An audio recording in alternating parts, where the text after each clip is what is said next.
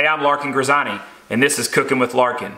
In this video, I'm going to show you how to make a traditional Southern style tartar sauce. But we've got one secret ingredient we're going to add at the end that's really going to kick it up a notch. Perfect for fried catfish, fried crappie, or a crab cake. Stay tuned. All right, so we're back in the kitchen. We're talking about tartar sauce, and we're here in the South. And who doesn't love a fantastic tartar sauce? Whether you've got a little fried catfish, fried crappie, it's the perfect condiment. And we could go to the store, grab a jar, squeeze it out if we want to, but let's learn how to make our own, and that's what we're gonna do today. Let's talk about our ingredients we got laid out here on our board in front of you. First things first, we've got mayonnaise. We're gonna go about a cup and a half of mayonnaise. We've got a little Wickles pickles, our favorite here at the house. They sell the relish too, but I have the pickles, and we're gonna dice those up and add them in. We've got a little Dijon mustard, little splash of Louisiana hot sauce. We're gonna mince up that red onion.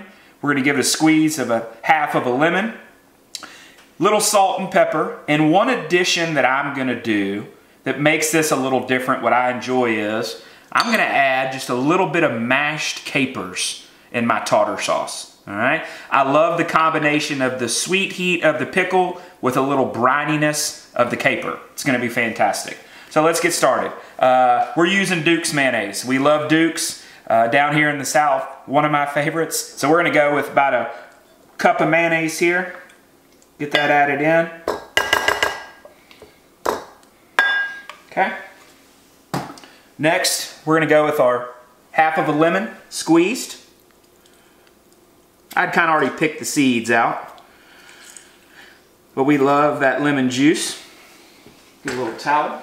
All right, we're gonna give it just a splash of this Louisiana. 1, 2, about 5. There we go. All right, we're gonna give it a little bit of Dijon mustard.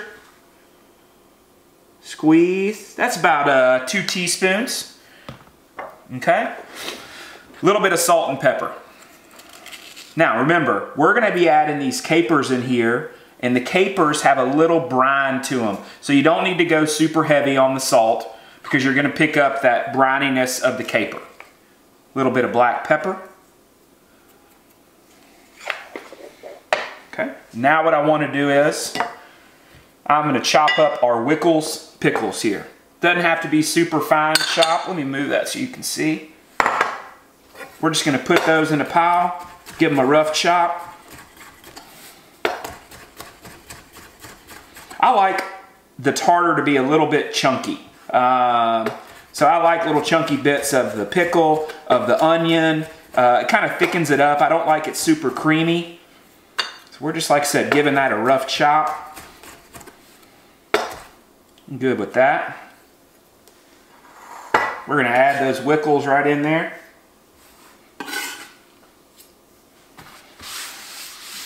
Next, we're gonna go with our capers.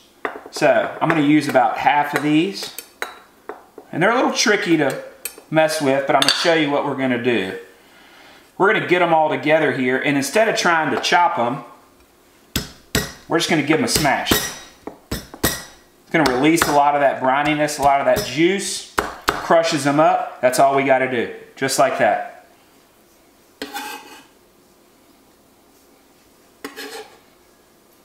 Add those in.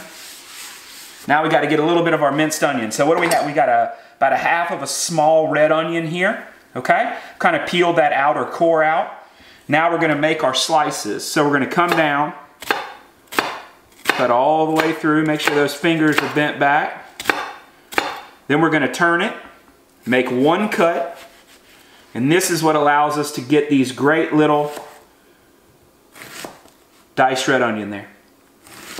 All right, so we're gonna add in that diced red onion.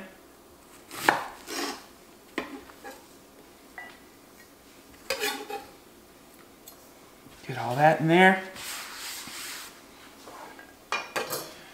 Now what we can do is, probably my favorite, we talk about the Wickles. We use this on Bloody Marys too, okay? The juice in here is fantastic. We're gonna take about half a tablespoon of that Wickles pickle juice. We're gonna get that sweet heat from there, add it in. We're gonna combine all this together.